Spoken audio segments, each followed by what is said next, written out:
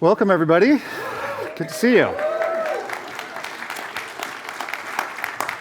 I'm Alexander Rose. I'm the executive director here at Long Now. But I first met Jenny Odell, I think, when she was the artist in residence at what people call the SF dump, or the landfill.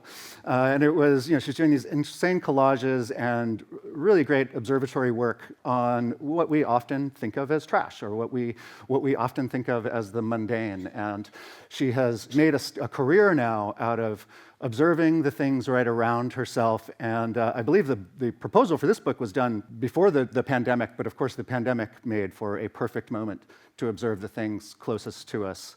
And so it's been amazing to kind of watch her career and make a real study out of that, because it's so apropos to Long Now, the conversation and the rest of her talk that we're going to have tonight. So, Jenny Odell, thank you.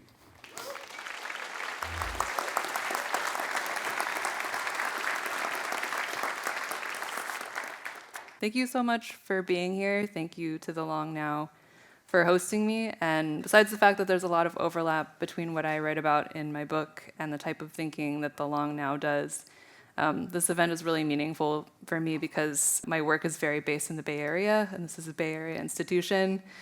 This is also only the third in-person event I've done since the beginning of the pandemic. So I'm just so glad that we could all be here together.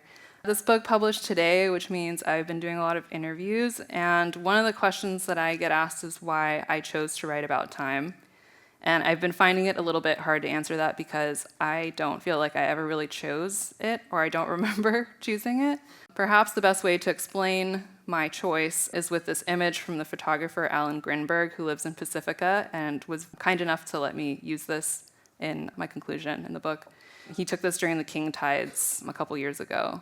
I wrote this book for the same reason that I wrote How to Do Nothing, which is that I needed it, in this case, as a person who feels crushed by the pressure between now and not now. It's true that I have a cerebral interest in time. I think most of us do. But with that alone, I never would have written this. I never would have tried to write my way out of a bind that felt very real. This book is my sincere attempt to recover an appetite for the future, and someone who lives squeezed between daily time scarcity, climate despair, and the knowledge of their own mortality. In the introduction, I call it my panoramic assault on nihilism. And the title, Saving Time, has a double meaning. I want to think through how more people could have more time, by which I really mean more control over their time. But I also want to think about saving senses of time, the same way you would think of a seed bank. And one very significant sense of time that I want to save is time that's not simply additive, but alchemical, where no moment is the same and each is capable of transfiguring the past all at once. And in this moment in which so much seems deadening and inevitable, it's that quality of possibility that I'm trying to save. So I said that my work is based in the Bay Area. That is more literally the case with this book than How to Do Nothing. I organized the book chapter-wise as a one-day out-and-back road trip from Oakland to the Pacific Coast and back, and then each of the chapters is set in a location where that type of time or understanding of time is especially visible. So just to run through them really quickly, the industrial time I talk about at the Oakland port, problems with time management self-help, and a traffic jam on 880, probably very familiar to some of you. I feel like people in New York will not understand that. Leisure at the Stanford Shopping Center and a nearby open space preserve. Ecological and geological time at a beach in Pescadero. Climate dread at the part of Pacifica that is especially hard hit by erosion, different communal languages of time at the Prelinger Library. Finally, the time of one's own life, i.e. mortality, at the Chapel of the Chimes and its neighboring cemetery. And in doing this, I'm making use of a very old story technology, one where it's easier to remember the different parts of the story later if you can travel the route in your head. So like cynically, I'm just trying to help you remember what's in the book, but I also wanted it to be a trip where you return to the beginning, because I'm very obsessed with the feeling of returning to something with new knowledge, a process that also represents time and the fact that we are always learning and experiencing, even if we think we're in the same place. And I also did this to show the reader that we can easily find material evidence of the seemingly abstract and historical ideas I'm describing, that we can find them in the concrete every day. That time and history have made the material and cultural world we live in, and that by extension, what we do now is historical. So I don't have time tonight to take you on this entire road trip. I thought I would just drop into a couple of points along the way and hopefully inspire you to take the entire journey on your own. So as I said, the very first chapter begins at 7 a.m. At the Oakland port. And so there's sort of like italicized interludes in the book that imagine that you and I are in my car from high school, which has no aux input or power windows or anything. It's just a car. So, and that we're driving through the Oakland port, thinking about industrial time. I chose this setting because it gives us such a striking view of standardization. And by extension, it's kind of a visual metaphor for how time appears when we think of time as money. Like the container system, the standardization of time and the notion of equal interchangeable hours that could be run through a system happened in a very specific moment involving commerce, colonialism, and the need to measure others' labor. And I think it's worthwhile keeping this history in mind when we consider the current stickiness of the notion that time is money. There's a really incredible book called The Colonization of Time by Giordano Nani that I cite quite a bit of in that chapter, where he describes the encounter between the British colonial sense of time and the existing understandings of time among people living in colonized places. And this encounter was not a straightforward takeover. You get situations where, for example, the Sabbath-punctuated week only extends as far as the audible range of the mission bell.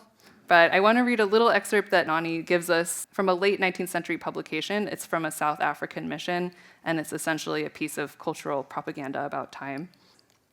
How much have you in the bank? Not the savings bank, though it would be a good thing for you to have a little there too.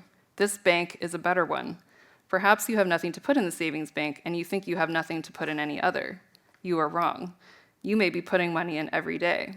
Did you ever count up how much or how little you had got there in the bank of which God is the manager, and over whose counter pass the well-used moments of each day, and all the good things a man thinks or says or does? We speak of spending time. Time spent does not go into the bank any more than money spent, but every moment you use well, for God, you put into the bank. I would advise you all to put something in, to put in all you can, for the bank gives good interest. So I think this excerpt kind of gives you some idea of how deeply the notion of time as money is tied to pretty specific ideas about labor, morality, and this idea of taming the uncivilized. In tracing this history, I also cite the work of Caitlin Rosenthal, who has researched early examples of what we would now call spreadsheets, including pre-printed ones that were used to record the labor of people enslaved on American and Caribbean plantations. And for Rosenthal, there is an uncomfortable link between this history and modern management practices. In an interview with the Harvard Business Review, she pointed out that many of the men running these plantations were absentee owners. They lived overseas. And she says, quote, "So you imagine them in London getting reports in the mail about their plantations and just crunching the numbers over lunch. Not so different from modern board members. It's so easy for someone at a long distance to forget about the humanity of the labor." And then, of course, this abstraction of time and measurement of labor continued with Taylorism in factory labor, a way of measuring and systematizing work to make it go faster. This graphic is from an article called "The Stopwatch as Inventor" in a 1916 issue of Factory magazine, and you can see how minutely the work is broken down into separate timed actions. And this is my personal favorite. This is from Harry Braverman's book, where he's looking at scientific office management, and this is them timing how long it takes to punch a time card. It's very meta. So in these examples, what you find is that the history of time management, while certainly innovative, has so often been inextricable from the desire to get more labor out of people in less time. For his part, Taylor had hoped that workers would share in the increased productivity, but that unfortunately is not what seems to have happened. And meanwhile, it continues to morph into new oppressive forms. To some of us, something like Taylorism sounds like something of the industrial past, but it wouldn't to anyone who uses a scanner gun in an Amazon warehouse, works in a call center that uses motivational leaderboards, drives a UPS truck fitted with sensors, or works remotely on a computer that uses employee tracking software unironically named Staff Cop. This is Staff Cop. So I end the chapter by comparing the moment, one of my favorite movie moments ever, in Charlie Chaplin's Modern Times, where he's strapped into a feeding machine designed to eliminate the factory lunch hour, and he's like abused by this corn cob going into his face. with Keiichi Matsuda's 2019 360-degree short film Merger, in which the lone character is struggling to keep up with her work interface and an evil version of Microsoft's Clippy, which you can see in the background there. She tells us, there isn't always time to eat, but there are so many innovative ways to fuel your body and mind. So besides its survival into the present, the other reason to revisit this history is that it makes it easier to see the ways in which we've internalized this very specific industrial sense of time.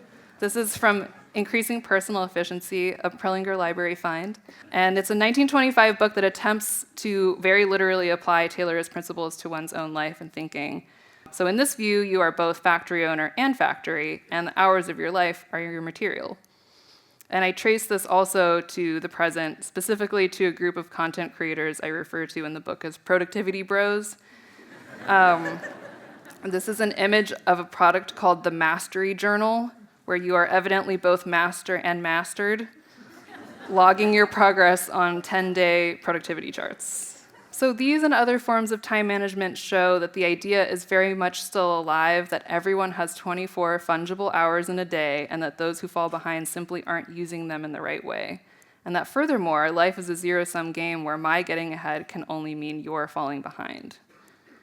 Instead, beyond the basic psychological variation in how time feels, the shape of your hours and days so often depends on the same things that govern the landscape of power in our society: financial latitude, race, gender, ability, zip code, number of children, and other circumstantial factors, from the distance you live from your work, to relationships or lack thereof to neighbors, to your company or country's sick leave policies. One of the people I spoke to for this book is an admin for a working moms Facebook group, and I thought it was very telling that rather than follow the advice of time management self-help, which she compared to the financial advice to just not buy that latte, she thought it might be a better idea to get 6 other moms together and have each one of them make dinner for everyone else one night of the week. Already a tacit acknowledgement of the social nature of time. As long as we continue to subscribe to this notion of individuals with fungible hours in their individual time banks, it's harder for us to imagine this kind of collective liberating of time, whether it's in the hard sense of labor organizing and policy interventions, or in the soft sense of how we talk to each other about time. When we remove the grid and the calendar from time, which I simply understand as change and a series of interconnected processes, the temporal landscape turns out to be incredibly rich. But the primacy of this landscape can be a really hard thing to grasp. In chapter 4, I present this graph of sundial time versus standardized clock time. And I write, the graph shows both readings of time, yet they are not equal. Sundial time is being described in the terms of clock time, which are the given grounds for comparison. And I would say that much of my project in this book could be described as me trying to flip these two, both for myself and for the reader, to make material, nonlinear signatures of time feel like what time really is. So before this talk, we watched that beautiful piece, The History of the Sky. In the book, I write about doing something similar during the pandemic. Because so much of the social structuring of time was removed or interrupted, my days felt like, as I put it in the book, boxes of time to be filled in my box of a room forever and ever. And in response to this stultifying sameness, I pointed a camera out my window and sporadically took photos of the sky. And I write, time felt the same in my room, but in the photos it rained, it stormed, and the fog rolled in from San Francisco. Sometimes the clouds were enormous and sharply defined, other times distant and wispy. Midday the sky could be a deep, dark blue. In the evening it would soften to an indescribable shade of something like purple or pink. And as I mentioned earlier, this chapter is sort of imaginatively set in Pescadero. I called the chapter Putting Time Back in Its Place, and it draws on the work of geologists, the philosopher Henri Bergson, and indigenous scholars like Vine Deloria Jr. and Tyson Yucca-Porta. And in all of those cases, what you really sense is the inseparability of time from space. In this chapter, I use the rock layers of the beach, in which time essentially runs sideways across the beach, to illustrate what the geologist Marcia Bjornerud calls timefulness. She writes, I see that the events of the past are still present. This impression is a glimpse not of timelessness, but of timefulness, an acute consciousness of how the world is made by, indeed made of, time. And trying to imagine whatever the opposite of fungible time is, I show the reader these beach pebbles, which happen almost mid-paragraph, like words. And I write, "Look again at the pebbles. Make no mistake. They are neither signs nor symbols of time. No, they really are two things at once. Seafloor from the last ice age and future sand." So beach or no beach, simply making everyday observations of what we consider ecological or geological reveals how intuitive this concrete material sense of time still remains for us. And in fact, I think this is exactly what happened during the pandemic for those whose scale of attention shrunk to their house or their backyard. For example, statistics involving birding, number of birding supplies sold, number of observations logged to sites like eBird, and visits to bird webcams show that many more people became attentive not only to the daily movements of birds, but also their migrations. Karina Newsom, an ornithologist and one of the founders of Black Birders Week, noted that spring migration coincided with the early lockdowns and that it might be therapeutic to watch the larger rhythm that continued to go on.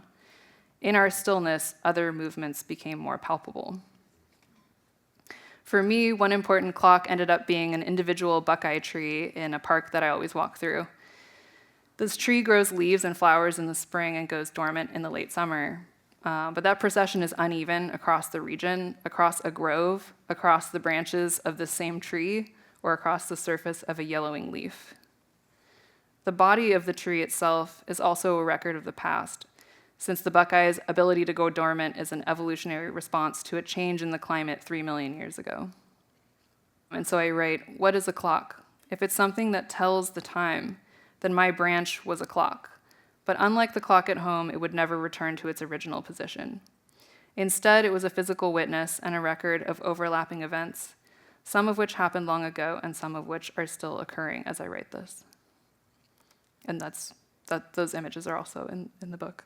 This is also a text exchange from last month when my boyfriend was here and I was in the Santa Cruz Mountains, and we're observing that the clock is the same in both places. Okay, so what I just described is something that I describe in the book as unfreezing something in time. I write, "If you want to see time that isn't fungible, just pick a point in space, a branch, a yard, a sidewalk square, a webcam, and simply keep watch. A story is being written there. The story is inseparable from the story of all life, even yours." And while it might be fascinating and enlivening for us to unfreeze things in time, there is also an ethical dimension to doing so. Because to see something as inhabiting time with you is to consider that it has experience. While researching for this book, I was really floored by a study on something called the lesser minds problem. That's what it sounds like. It's a name for our bias to see the inner lives of other people, especially people we consider to be in outgroups, as not as complex as our own. And so in one of the experiments, people were asked to consider typically dehumanized outgroups, such as drug addicts or people without housing. Ordinarily, for those participants, thinking about people in those groups wouldn't activate regions of the brain associated with theory of mind. But what the researchers found was that by simply asking the participants whether or not a houseless person would like a certain vegetable, those neural regions became activated.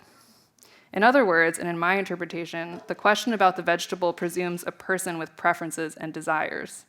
And desire, an attitude toward the future, and a reflection of one's past can only exist in time, the time inhabited by that person. This notion of frozenness or unfrozenness has broader implications, namely regarding the climate crisis that increasingly interrupts the human calendar. Just like the concept of time as money is a political history, so too is the division of who and who does not inhabit time, i.e., who has experience and who acts on the historical stage.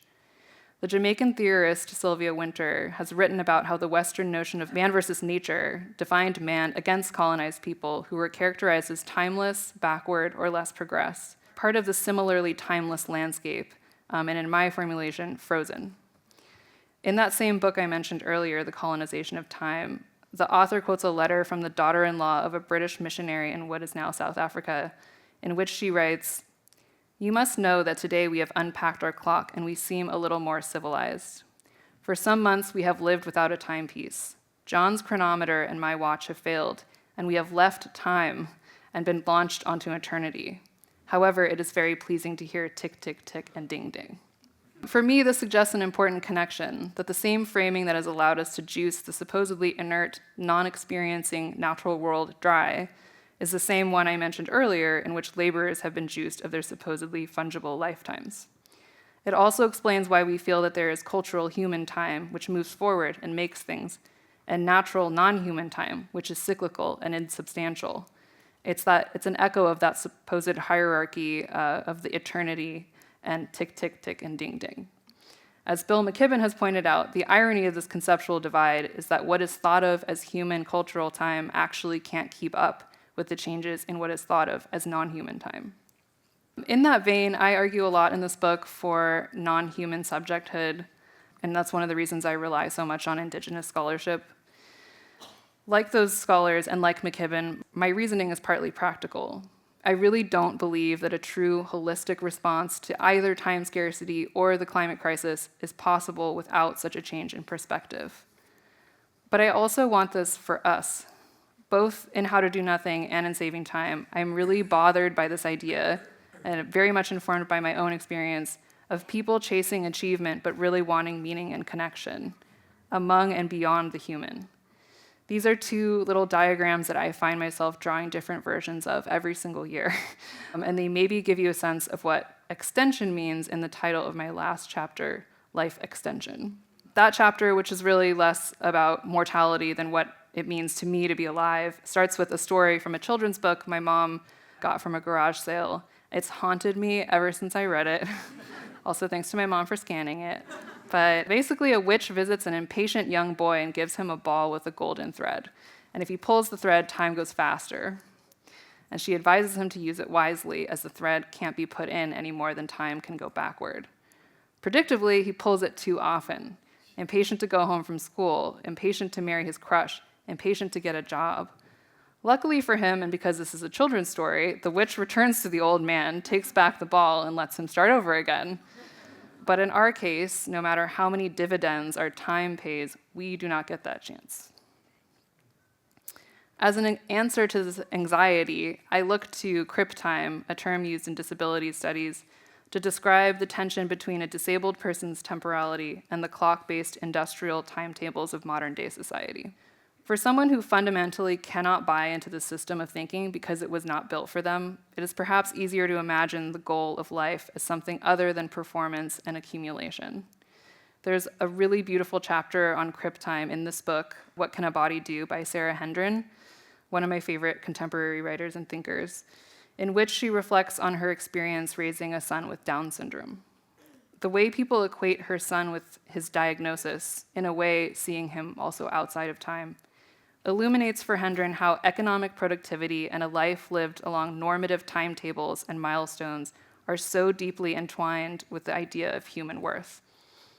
But her son also demonstrates to her a different way of being. Seeing how Graham, her son, is categorized, but also seeing his self-understanding and his sources of joy, is what allows Hendren to question everything about time we've come to take for granted. She asks, how long does it take, or should it take, for a body to move through the world, the 40-plus hour work week, the demands of caregiving for ailing parents, the daily commute of the body with its changing needs over the lifespan, a pregnant body, an aging one, a body in recovery after a bad injury. Is the clock of industrial time built for bodies at all? The idea of crip time prepares us to move from thinking about achievement to thinking about encounter. I'll never forget the elderly woman who called in to a radio show I was on talking about how to do nothing. She was recently disabled and had been sitting in her backyard, watching the birds, and in some cases even having them land on her. And she said it was one of the happiest times in her life. I too can attest to this phenomenon, as a related experience is almost entirely responsible for my interest in birds, something that's now very present in all of my work. In the book, I describe a day in 2013 when I just pulled an all-nighter on an art project and had just come home from my day job. I was lying on my couch, immobilized by my own exhaustion, with my eyes pointed up out the window at the top of a redwood tree. I was so tired that, in fact, I thought I was hallucinating pears growing at the top of the tree, until I realized that they were birds with yellow bellies all facing into the sun. And this sight made my burnout from work flip over into a different kind of tiredness, an open-mouthed state of wonder that the poet Peter Handke calls tiredness that trusts in the world. What I had seen were cedar waxwings, who are locally nomadic and follow the fruiting of berries, an expression of time in their own way. This site was a gateway for me that has remained open ever since. I write, I remember that vision on the couch so clearly, not just because it was the beginning of an abiding interest in birds and their territories. In a more general sense, I remember it as a kind of opening onto infinity. Through that opening, I saw something else, someone else, beckoning from a different version of time and space, where suburban gardens, far-flung wintering grounds, summer and winter were all intertwined. And I later go on to suggest that maybe the point isn't to live more in the literal sense of a longer or more productive life, but rather to be more alive in any given moment, a movement across rather than shooting forward on a narrow, lonely track. And on that note, there's something I think is implied in a lot of this book, but that I regret isn't said more outright, and which I think is especially appropriate to mention here at the Long Now. I am very fortunate to have a handful of friends in their 60s and 70s. I am also fortunate to be friends with a couple of my own former students. And the more time I spend with these friends, the more I let go of the idea that generational concerns are inherently unrelated. Yes, things have changed. Yes, in this country, older generations hold much of the wealth, but I think an overemphasis on generational barriers makes it less obvious how people in every group might harbor values that have cut across time and history, and it obscures some of the possibilities that come with a collective memory and a set of experiences that are longer than any of our individual lifetimes. In the chapter of my book on communal languages of time, I quote quite a bit from Process World, a magazine active in the 80s and 90s that was started by a group of San Francisco temp workers concerned about the alienation of modern work and life. And what I especially love is the letters section, which acts almost like a proto-message board, allowing readers to discover each other and the idea that they are not alone in their dissatisfaction, the so-called honor of getting to sell the hours of your life for something so meaningless. One of the letters starts out, "Jump in Jehoshaphat, there's intelligent life out there." And I think this kind of discovery can happen not just across space, but across time. My friend Chris Carlson, one of the editors of Process World, recently wrote in an essay about his hopes in the 1980s for the magazine, adding, "Our ideas in our community that shared our sensibility didn't really grow much. Perhaps our role was to carry a radical thread from the decades that preceded us to the decades that would follow." I was so excited by this sentence that I immediately emailed Chris to tell him how I'd woven Process World quotes together with contemporary organizing among international gig workers, but also how I expected my readers, including a fair share of people younger than me, to easily recognize both the fury and the sense of humor that comes through in Process World. That's what I saw as my role, and it would be impossible not only with these past expressions, but with institutions like the Internet Archive and the Prelinger Library, who make them available to the present.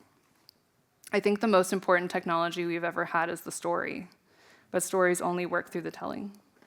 So I'm just going to end by reading an excerpt from that same chapter that Process World shows up in. And just to give a little bit of context, because it comes up in the excerpt, I use a term, familect, which I learned about from my friend Helen. So familect just means the specific words or phrases that are used hyperlocally within a small group of people, so it's like a dialect, but even smaller. Earlier this year, I was in the garden of a septuagenarian friend while she was planting some beans. She told me that they were descended from beans she'd gotten 20 years before, from somewhere she couldn't quite remember, maybe Home Depot, and could never find again. At the time, she'd shared the beans with friends, all of whom loved them and couldn't find them anywhere else either. But some friends let the bean pods mature and dry out, saving the beans and giving them back to her. She had no idea how many people had them by now and speculated that this line of beans could have spread across the entire country. As she planted them, we mused that although there had been a give and take between her and her friends, it was not exactly transactional. She wasn't taking back the things she had given them, though the two were certainly related. She moved on to some lettuce beds, telling me I should take some lettuce. I thought she was just being polite, but she told me that she actually needed to get rid of the outside leaves so the inside leaves would keep growing before the plant reached maturity. She was constantly giving bags of lettuce to people, she said. This simple gesture and the story of the beans made me realize how broken my mental mechanisms were for thinking about anything beyond the transactional exchange. In part, this is because I've never lived anywhere I could garden. I'd sort of forgotten that a plant keeps growing, assuming that more leaves for me would mean fewer lettuce leaves for her. Would it be possible to not to save and spend time, but to garden it, by saving, inventing, and stewarding different rhythms of life? And wouldn't this simply be an acknowledgement and use of the chronodiversity that already exists for all of us on some level, individually and communally? If time can be gardened, then it's also possible to imagine its increase in ways other than individual hoarding. Before I left my friend's garden, she gave me some scarlet runner beans from a bean farm that no longer exists. They're now sitting on a metal shelf next to the store-bought beans that Joe and I, like many other people, started stocking up on during the pandemic. I've had so much time to look at and think about beans, but I had never considered what they actually were. I Googled, can you plant store-bought beans? And the answer was yes. Those things in the bags, they weren't just commodities. Sure, you could eat them, but they weren't endpoints and they weren't dead. At least some of them contained something, the possibility of future beans. As I told more friends about this story, it became an inside joke, a new familect. Time is not money, time is beans. It was about as serious as many jokes are, which is to say about half. Saying it meant that you could take time and give time, but also that you could plant time and grow more of it, and that there were different varieties of time. It meant that all your time grew out of someone else's time, maybe out of something someone planted long ago. It meant that time was not the currency of a zero-sum game, and that sometimes the best way for me to get more time would be to give it to you, and the best way for you to get some would be to give it back to me. If time were not a commodity, then time, our time, would not be as scarce as it seemed just a moment ago. Together, we could have all the time in the world. Thanks.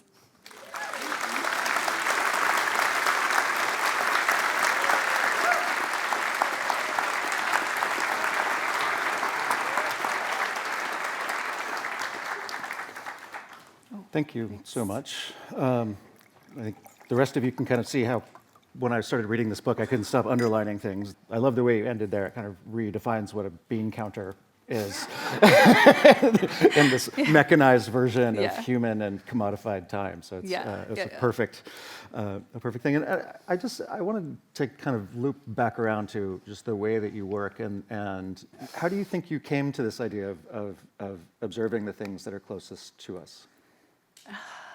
That's a good question.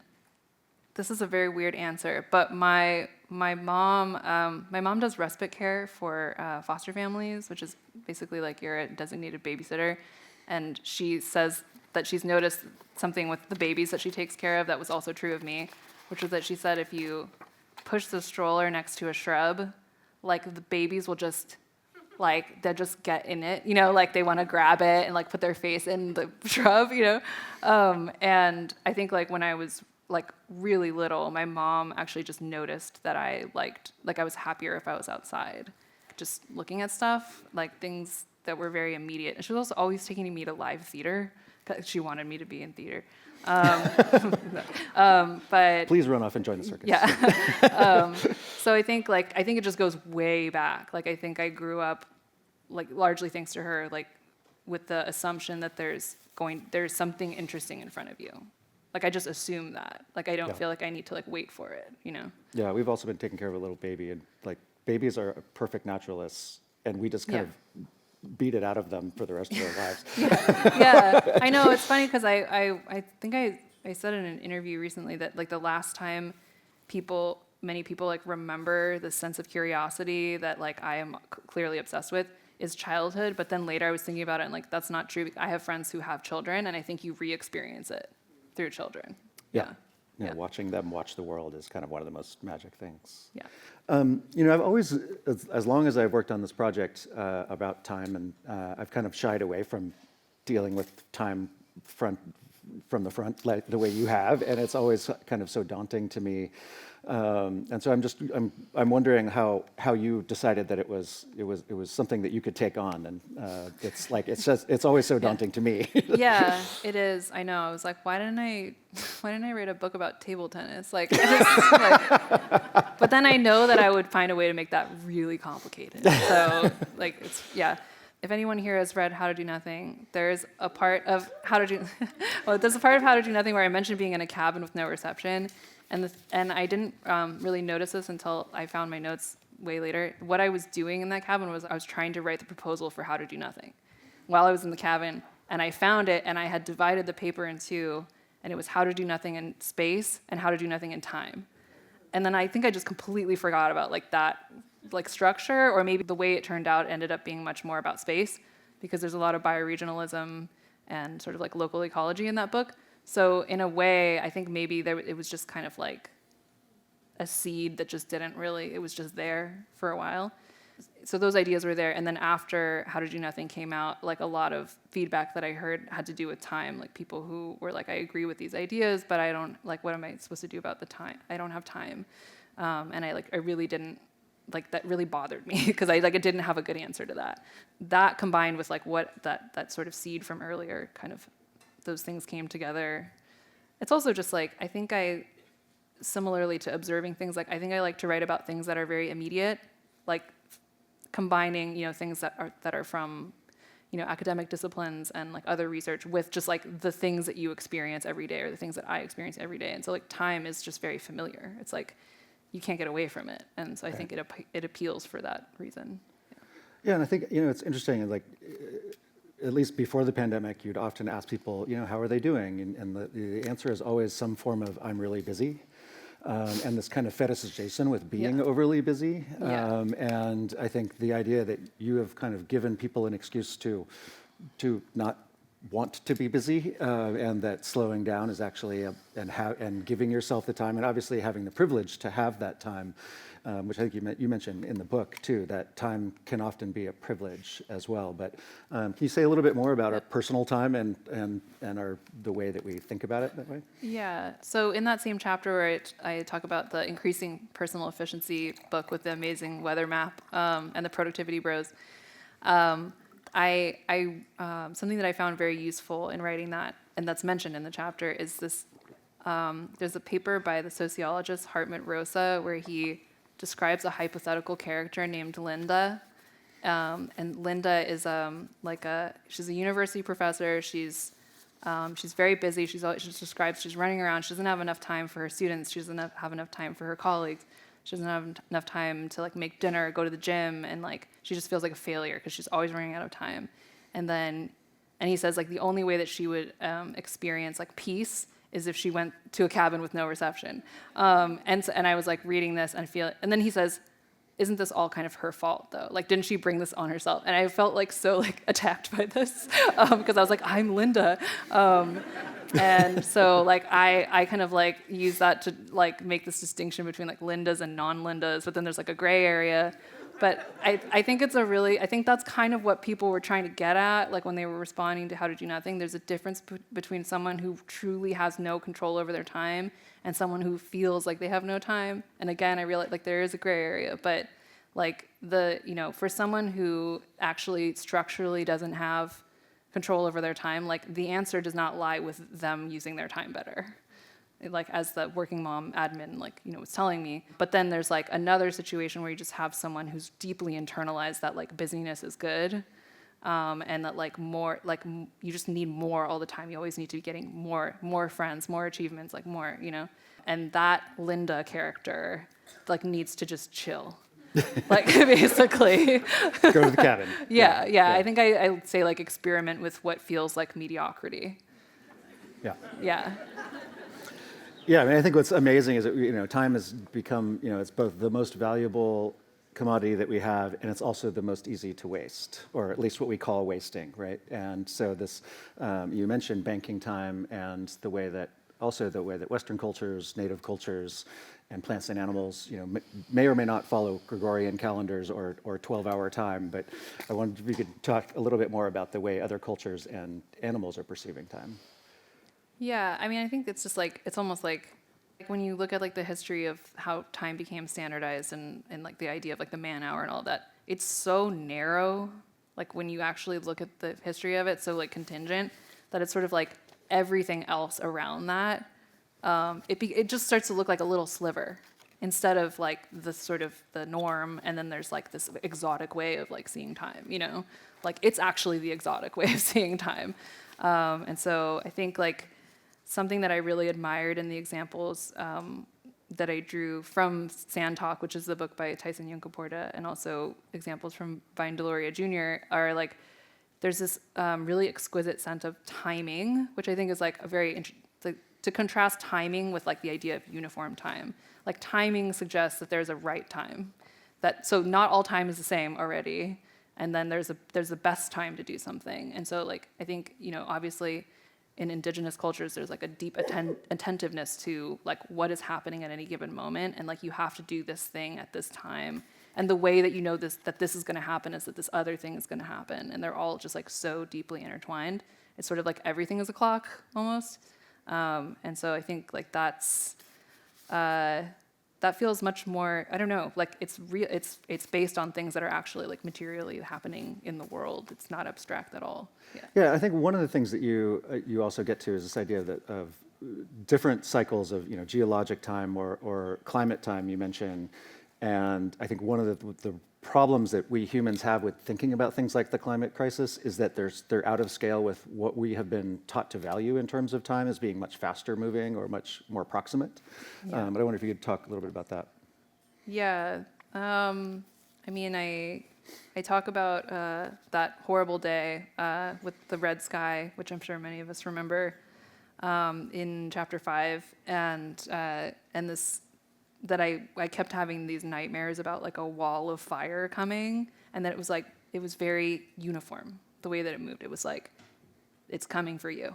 It's like a video playhead just going, and there's nothing you can do about it. And that's a very like linear and like declinist way of looking at it that I definitely had. And so I think one of the, you know, as I kind of tried to like pick that apart in that chapter, I really came to appreciate the different scales that everything related to climate happens on. Like some things happen very quickly, some things happen very slowly, some things are hyper-local, some things are widespread, and some things can go backwards. Like things can be restored, you know, like things can also like locally get better.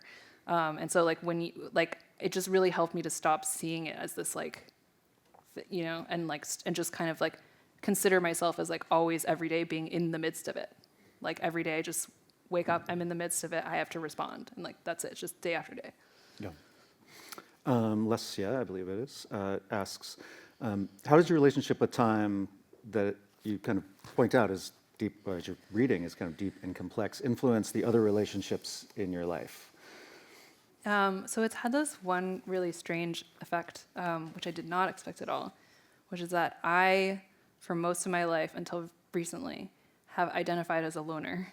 I was definitely felt that way as a teenager. It's like writing in my giant journal, you know, like everywhere, and just like very Daria kind of vibes. And then I just kind of carried that with me, and and anyone here who's a perfectionist knows that there's something very isolating about perfectionism. It's like you alone. You have to do it all yourself, and it has to be perfect.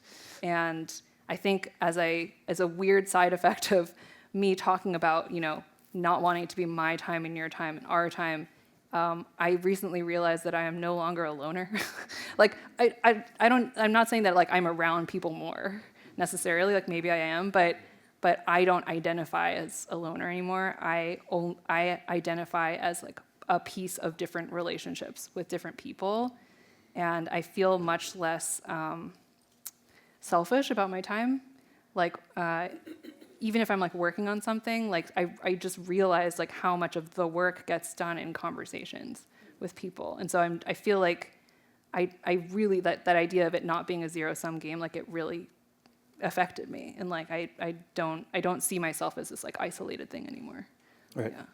Well, and I love how you talk about how, you know, traveling through the circuit of the Bay Area can be tied to the stories that you tell, and I remember the story of native storytelling where somebody was in the back of a pickup truck, and the natives who were in the back of the truck kept starting stories and then starting a new one because the truck was moving much faster than a human would. And so they couldn't separate the time and the space at all, which because you need the landmarks to tell the story. Yeah. So it's kind of, you did the same thing in your book, which I thought was really beautiful. Yeah, I did. And that was like, I knew about those kinds of examples. And I also, the partner of the person who gave me the lettuce, he and I went on a really long walk one time in the town in the Santa Cruz Mountains. We had this amazing conversation. It was very long, and I wished that I could take notes. That'd be weird to do. But I realized I could remember it later if I just went on the walk in my head. Yeah. So I was like, we'll just do that. Yeah. Use the old trick. Yeah. That's good. Apropos for this next question, do you have any inner conflict with living in a city? If so, could you share a bit about how you reconcile the kind of beauty of being at a cabin with no reception, but also clearly you're so very tied to urban culture as well. Yeah, I think that would be a really big problem for me if I lived in maybe any other city. I live in Oakland. And I remember actually when I started birding, I looked at a map. Oh, it was a book of maps of California and different like species diversity of like different groups of species. And so there was one that was like bird diversity, and it was all so clustered. Like it was the color was like very dark in Oakland. And I remember like realizing that because I had no context, I just thought that there were this many birds everywhere.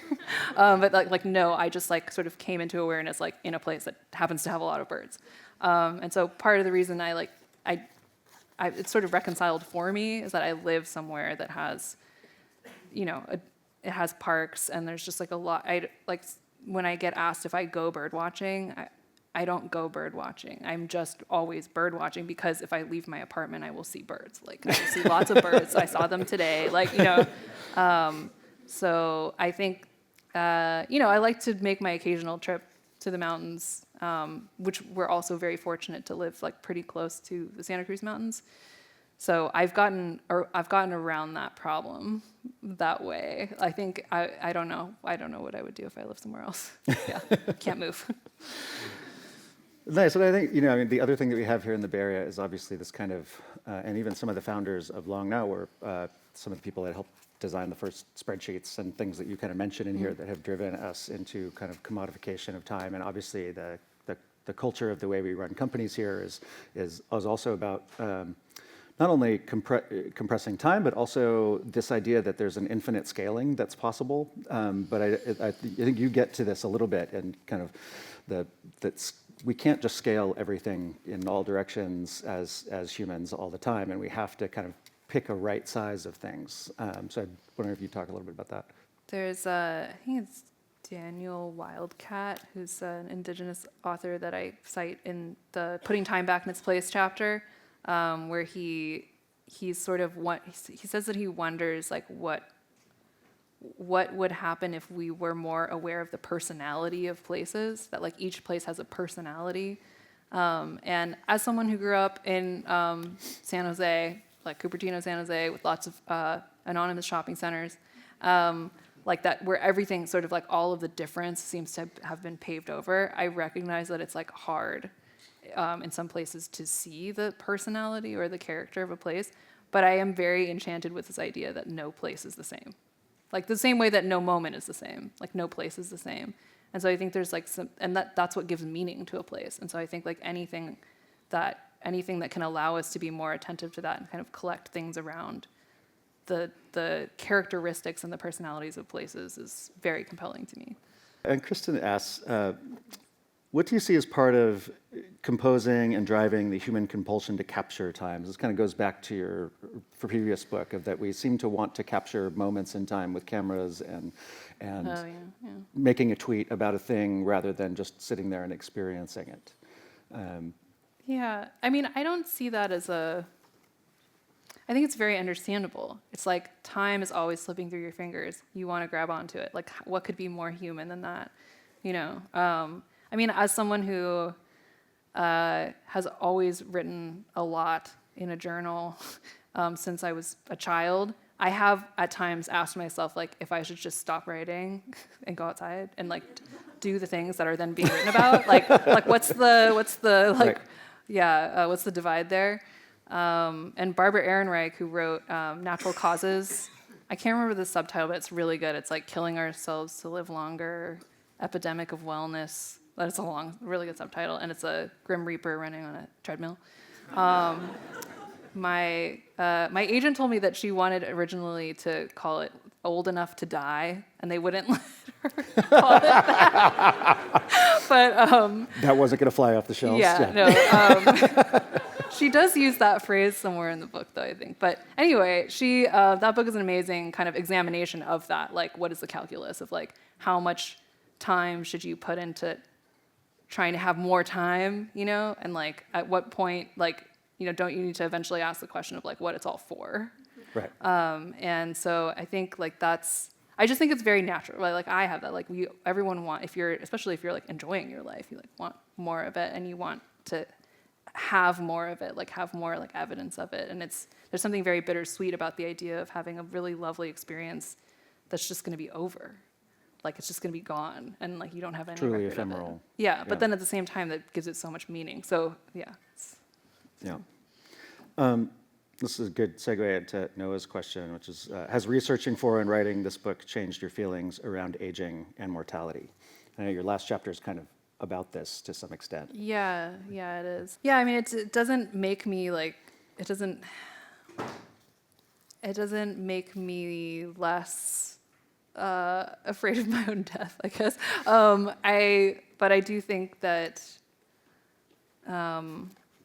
it has, and it's partially as a result of writing this book, but also, as I mentioned, having friends who are older.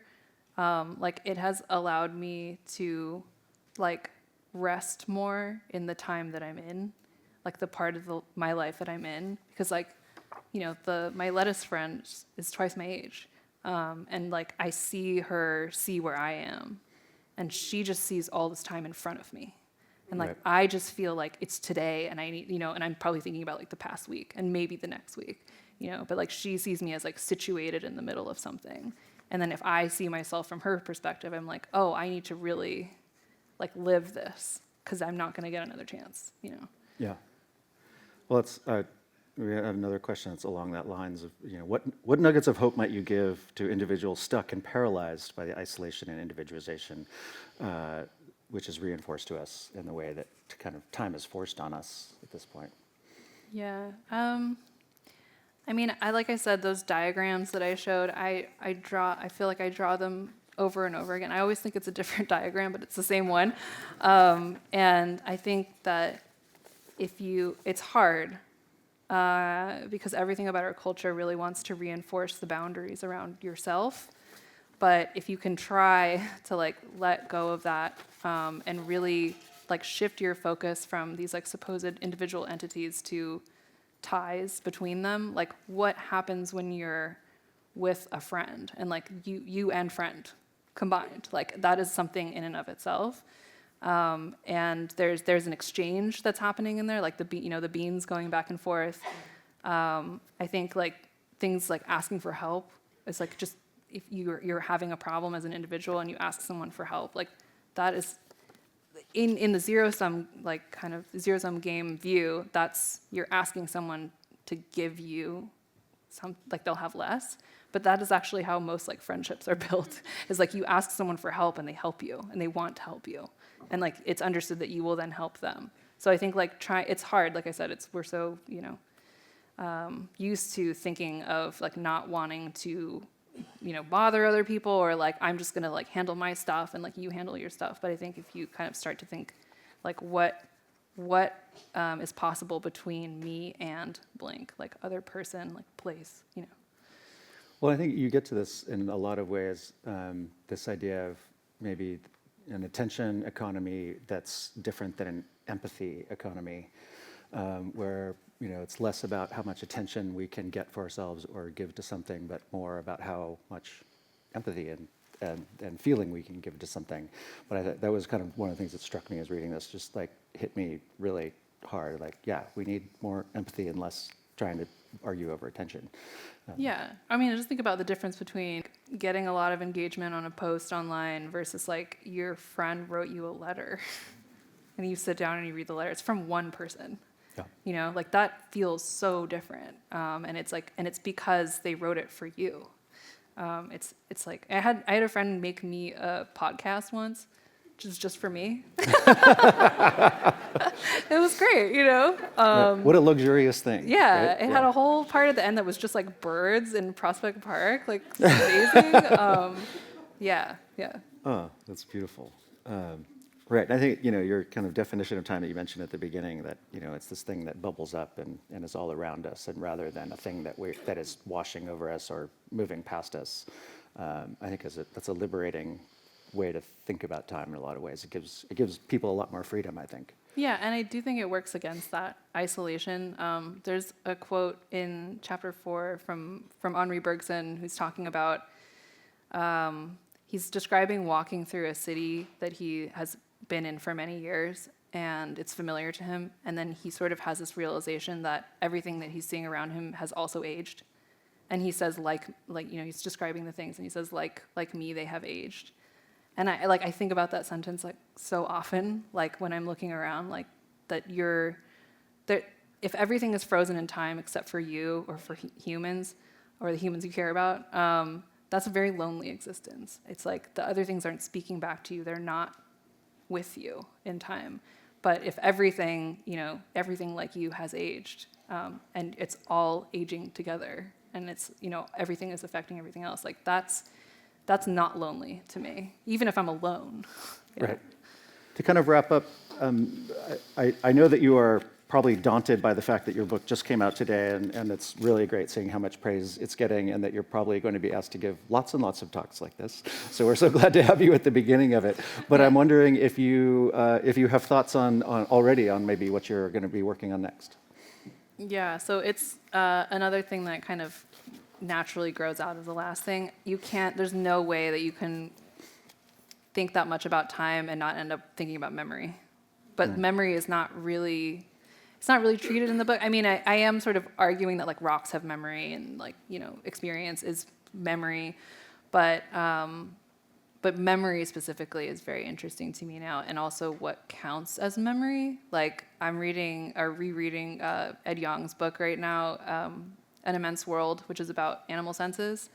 And he has this description of what it's like to be a dog, and that there's a record of all these. The dog is basically reading like texts in the form of smell of all the things that have happened. And so it's like the air is just crisscrossed with these memories, right? Like they're not human memories. So I think like the sort of a memory as a trace, like, and the fact that there are traces of things happening everywhere, that's what's currently interesting to me. Nice. Well, you did a great job of painting time as a palace in this book, and I think I can't wait to get into the memory palace with you. So thank you so much for everything. Yeah. Thank you.